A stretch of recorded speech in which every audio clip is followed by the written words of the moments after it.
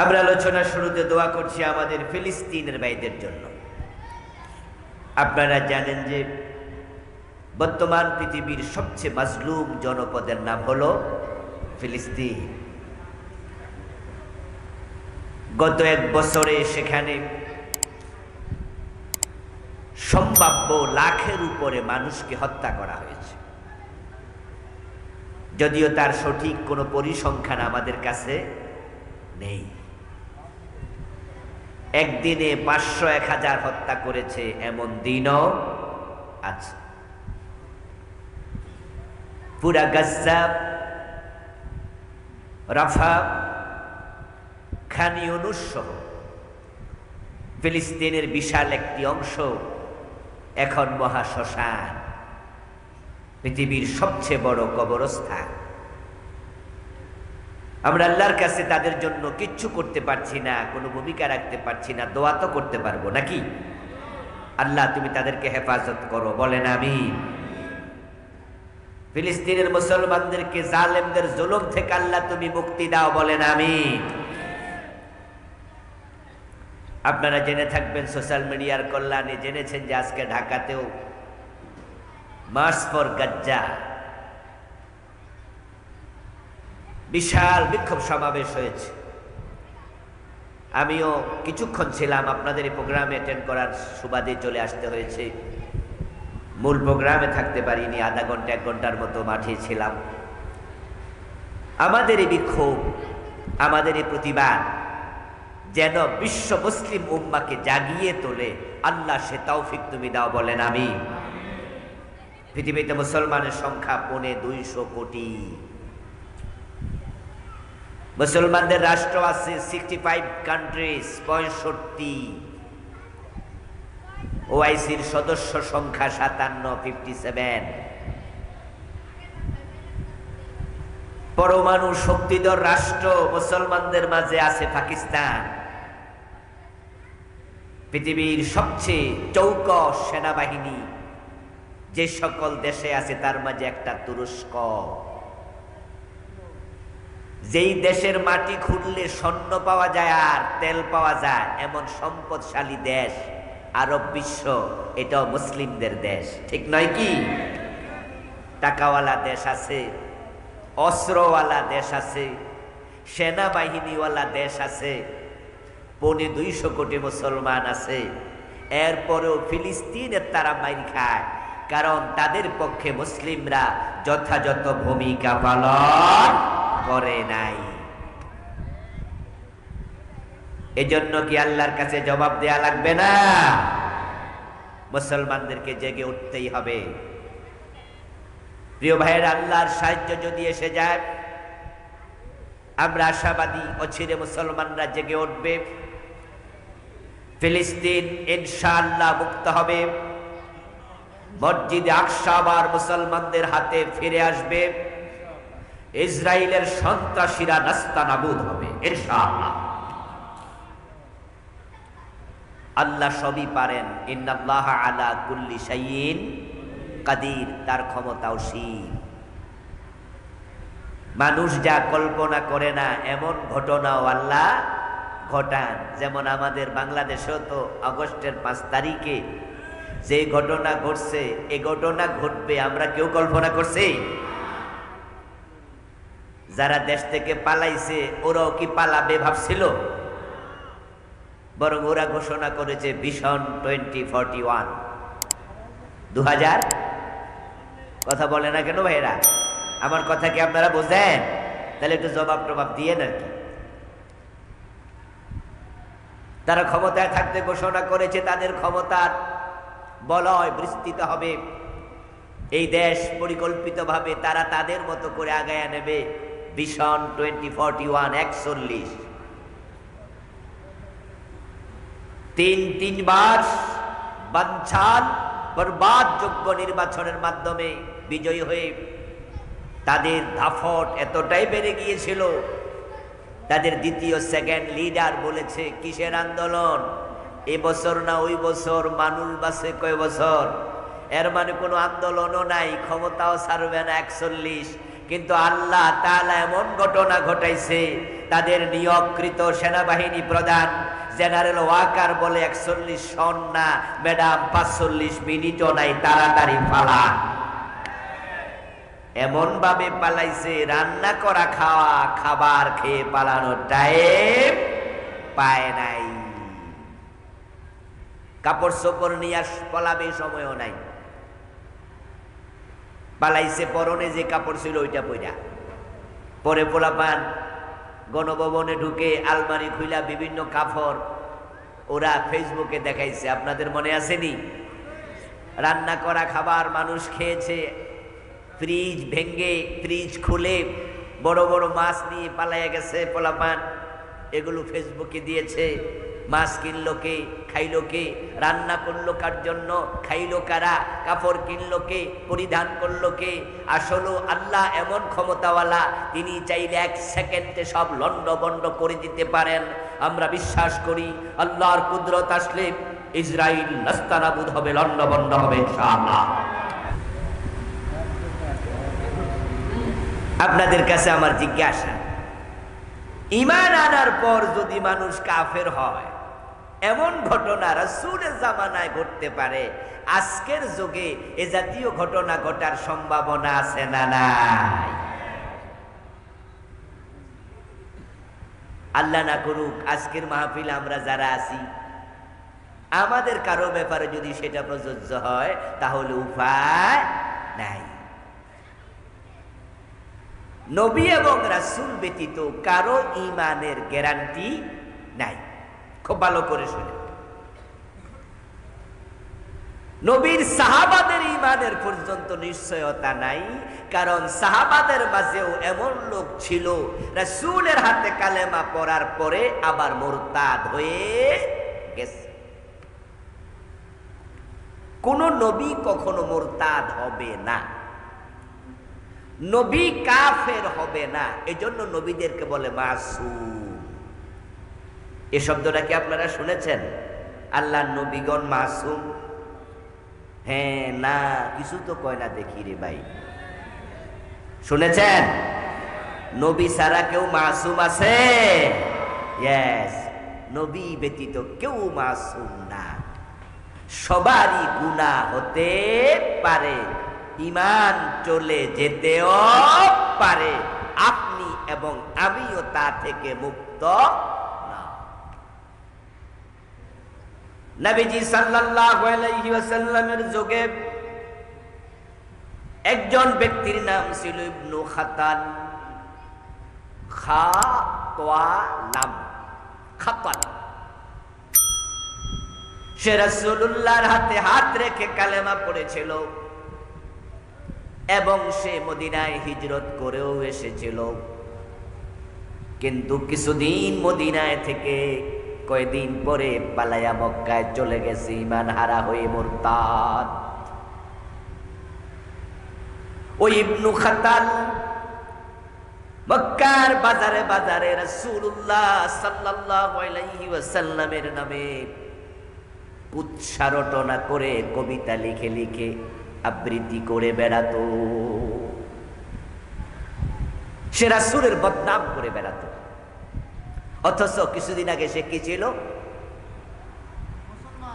কথা বলেন না কেন? কিছুদিন আগে কি ছিল? আর এখন সে রাসূলের বদনাম করে, কবিতা লিখে রাসূলের বিরুদ্ধে। এই অবস্থায় মক্কা বিজয় হয়ে গেল। রাসূলুল্লাহ সাল্লাল্লাহু আলাইহি ওয়াসাল্লাম মক্কা বিজয়ের দিন তিনি ঘোষণা করলেন, লা তাসরিবা আলাইকুমুল ইয়াউম ওয়া আনতুমুত তুলাকা। ও মক্কার কাফেরেরা, তোমাদের কোনো প্রতিশোধ আমি নেব না, সবাইকে ক্ষমা করে দিলাম, তবে ইল্লা ফুলানান ওয়া ফুলানান ওয়া ফুলানা। কয়েকটা নাম উচ্চারণ করে রাসূল বলেন, অমুক অমুক অমুকের ক্ষমা নাই। হাইসু ওয়াজাদতুমুহুম ফাকতুলুহুম, তাদেরকে তোমরা যেখানে পাও সেখানেই হত্যা করো। কয়েকজনকে রাসূল ক্ষমা করেন নাই, তাদের মাঝে ইবনু খাতাল ছিল, কারণ সে কুফরিতে সীমা লঙ্ঘন করেছে। ইবনু খাতাল যখন এই ঘোষণা শুনল, যে প্রিয় নবীজি সাল্লাল্লাহু আলাইহি সাল্লাম অনেক কাফেরকে ক্ষমা করেছে, কিন্তু আমার তো ক্ষমা নাই।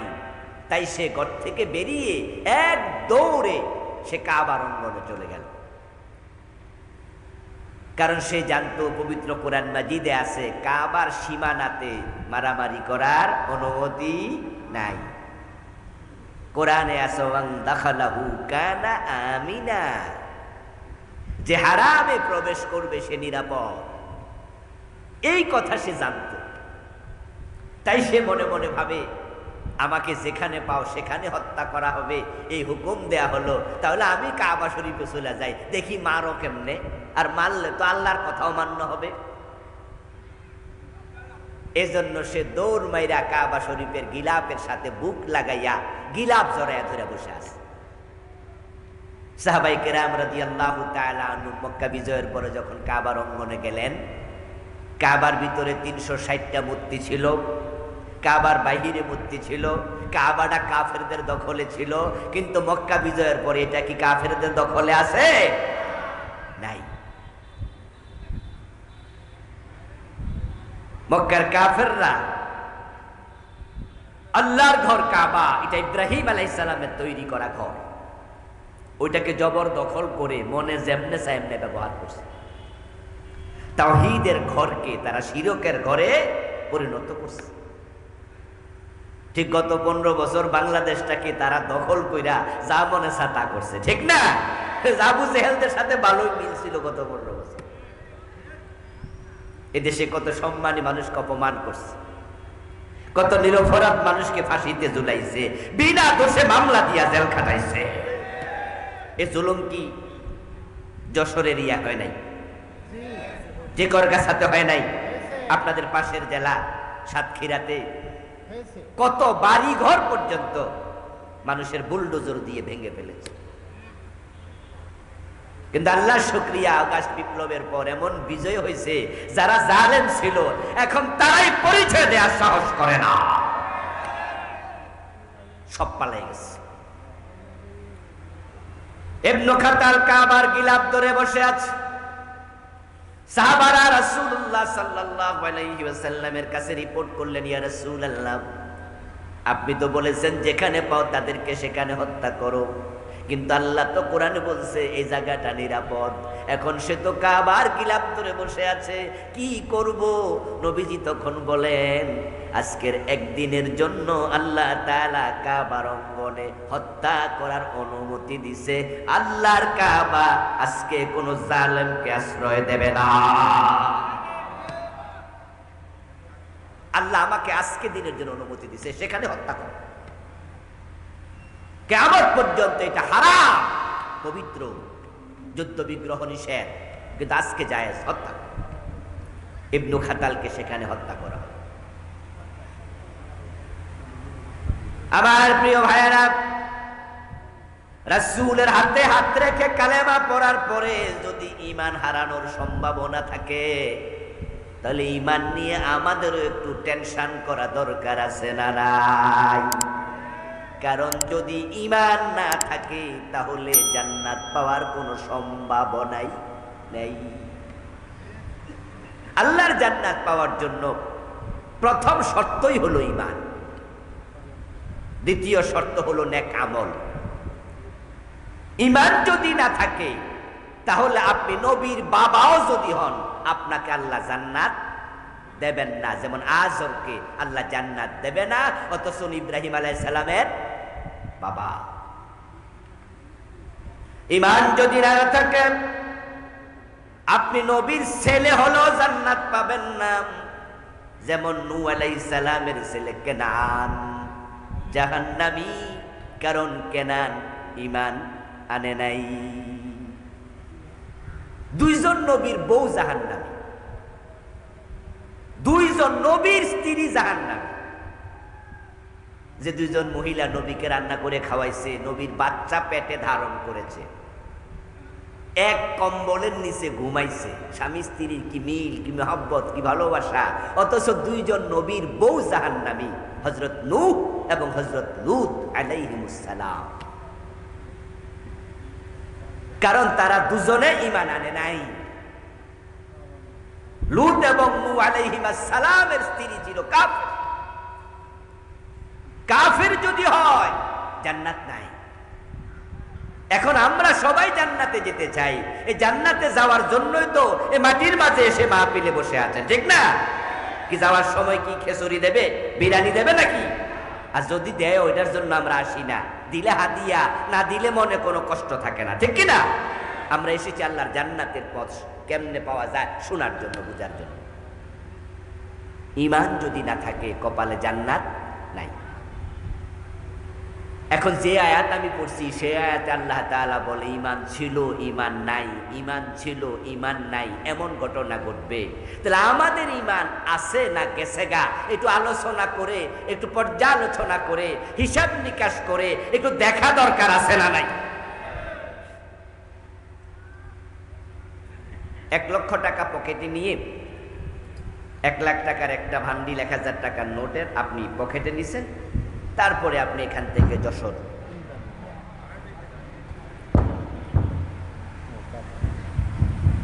আপনি এই জিকরগাছা থেকে যশোর রওনা দিছেন, যেই কোনো একটা জরুরি কাজে 1 লাখ টাকা নিয়ে রওনা দিছেন। আপনি লোকাল বাসে উঠছেন, ওঠার পরে আপনি যশোর যাচ্ছেন, আপনার পকেটে 1 লাখ টাকা আছে, তাই আপনি অন্য দিনের মতো আজকে কিন্তু লোকাল বাসে উঠেই চোখ বন্ধ কইরা ঘুম দেবেন না। আজকে আপনি সজাগ থাকবেন এবং যেই পকেটে টাকাটা রাখছেন ওই পকেটের উপরে হাতটা দিয়া রাখবেন, মাঝে মাঝে চাপ দিয়াও দেখবেন যে কোনো পকেট মার নিল কিনা।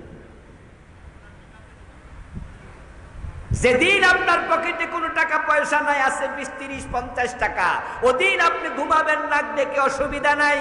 সেদিন পুরা গাড়িতে পকেট মার 20 জন থাকলে আপনার টেনশন নাই। কিন্তু পকেটে যখন টাকা আছে আপনার সজাগ থাকা উচিত, না হয় কিন্তু টাকা হারিয়ে যাবে।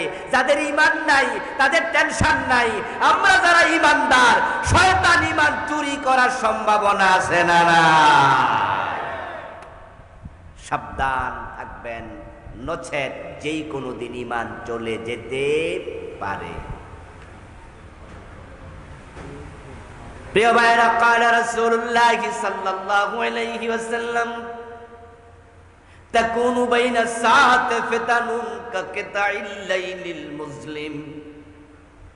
নবীজি বলেন কিয়ামত যখন আগাবে, কিয়ামতের আগে সূর্য ডুবার পরে চারদিকে যেমন আধারে ঢেকে যায়, অন্ধকার নেমে আসে, দুনিয়ার চারদিক থেকে কুফরির ফিতনা বের হবে। উদাহরণটা কি চমৎকার! সূর্য ডুবে গেলে পৃথিবী কি আর আলোকিত থাকে? চারদিক থেকে অন্ধকার। নবীজি বলেন যে এইরকম অন্ধকারের মতো পৃথিবীর চারদিক থেকে কুফরির ফিতনা আসবে। ফিতান, ফিতনা শব্দের বহু বচন। তাকুনু বাইনা সাআতি ফিতানুন কাকিতাইল লাইলিল মুসলিম ইউসবিহু ফিহা আর-রাজুলু মুমিনান ফায়ুমসি কাফিরা। এবার নবীজি সাল্লাল্লাহু আলাইহি ওয়াসাল্লাম বলতেছেন, ওই ফিতনার যুগে কিয়ামতের আগে মানুষগুলো সকাল বেলায় মুমিন থাকবে, সন্ধ্যা বেলায় কাফের হয়ে যাবে।